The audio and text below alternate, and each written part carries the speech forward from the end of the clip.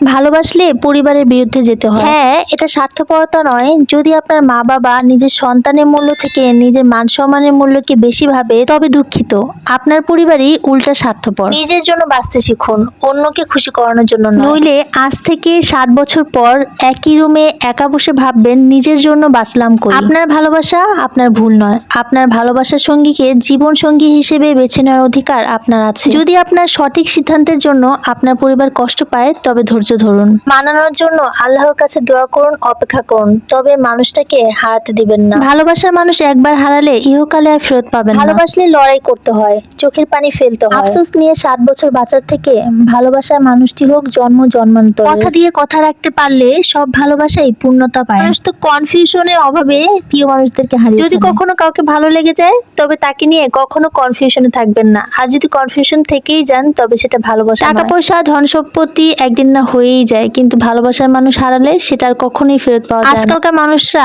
Status maintain করতে করতে তাদের ভালোবাসার মানুষকে এমন ভাবে নৃশংসভাবে হারিয়ে ফেলে যে একসময় তাদের আফসোস ছাড়া আর কোনো উপায় থাকে না। এই জন্যই আজকালকার দিনে ডিভোর্সটা অনেক বেশি হয়, কারণ একজনকে ভালোবাসে আরেকজনকে বিয়ে করে। বিয়ে করার পরে বুঝতে পারে যে তার সেই আগের ভালোবাসার মানুষটাই তার দরকার ছিল, কিন্তু একটা মানুষ তো আর তার মতো হবে না, তাই না? মানুষকে কখনো নিজের মতো করে তৈরি করা যায় না। যে যেমন তাকে সেভাবে ভালোবাসতে হয়। আর আপনি যখন কাউকে ভালোবেসেই ফেলবেন, তখন আপনার কাছে তার সবকিছুই ভালো লাগতে শুরু করবে। খারাপ কথা, তার সবকিছুই, মানে তার ভালো খারাপ গুণ সবকিছুই আপনার কাছে ভালো লাগবে। আপনার কাছে মনে হবে সে এই পৃথিবীর সবচেয়ে সেরা সুন্দরী আর সবচেয়ে সেরা মানুষ আপনার জন্য। দিনটা ছিল বৃষ্টি মুখর দিন, আর আজকে সকাল সকালে এরকম সুন্দর একটা দিনে আমি ডিম ভাজা শুকনা মরিচ দিয়ে চটকে ভাত খেয়ে ফেলেছি। সাথে আজকে কিন্তু এই গোল গোল বল দিয়ে ভাত খেয়েছি। বলেন তো এইটা বলটার নাম কি ভাবছেন? মিট বল?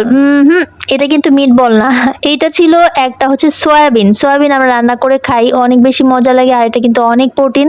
আর বৃষ্টির দিনে বুট ভাজবে না সেটা কি? আমার আম্মু আবার বৃষ্টি দেখলেই চাল ভাজা বুট ভাজা এগুলো করতে অনেক বেশি পছন্দ করে। আর আমাদের বাসায় একটা বয়ম ভর্তি শুধু চাল ভাজা বুট ভাজা এগুলাই থাকে। আমি তেমন একটা খাই না, কিন্তু আমার বোনরা অনেক বেশি খায়। আমার কাছে এতগুলা বুট এইভাবে করে খাওয়া সম্ভব না। আমি আসলে 5 টাকা 10 টাকা দিয়ে কিনে খেতে আমার সবচেয়ে বেশি ভালো লাগে। তো আজকে বাইরে থেকে একটু ভাজা পোড়া নিয়ে আসছে আম্মু, মানে মালিয়া নিয়ে আসছে, তো বেগুনি আলু চপ নিয়ে আসছে। বাইরের আলু চপ গুলো একটু ভালো না, এত লবণ। দোকানদার মামাকে এত বলি যে আলু চপে এত লবণ দিবেন না, তারপরে সে এত বেশি লবণ দিয়ে রাখে। সুন্দর করে পেঁয়াজ মরিচ কেটে তারপর এটাকে বানিয়েছে। এখন আমি খাচ্ছি। এখন একটা লাইক দাও না প্লিজ প্লিজ প্লিজ, একটা লাইক দিয়ে দিও। যারা ফেসবুক থেকে দেখতেছো তারা একটা ফলো এন্ড লাইক দিয়ে দিও, আর কমেন্টস আর শেয়ার করে দিও। আর যারা ইউটিউব থেকে দেখতেছো তারা একটা সাবস্ক্রাইব করে দিও। ঝালমুড়ি খেতে, মানে সবাই মিলে একসাথে মুড়ি খেতে অনেক বেশি ভালো লাগে। আমি মুড়ি কম খাই, তারপরে কিন্তু সবাই যখন খায় তখন কিন্তু আমি তাদের দেখা দেখি মুড়ি। ছোটবেলা থেকে আমার মুড়িটা তেমন একটা পছন্দ না, কিন্তু আমি ভাত অনেক বেশি পছন্দ করি। মুড়ি পছন্দ করে না এমন মানুষ খুব কমই আছে, কিন্তু আমি একমাত্র মানুষ।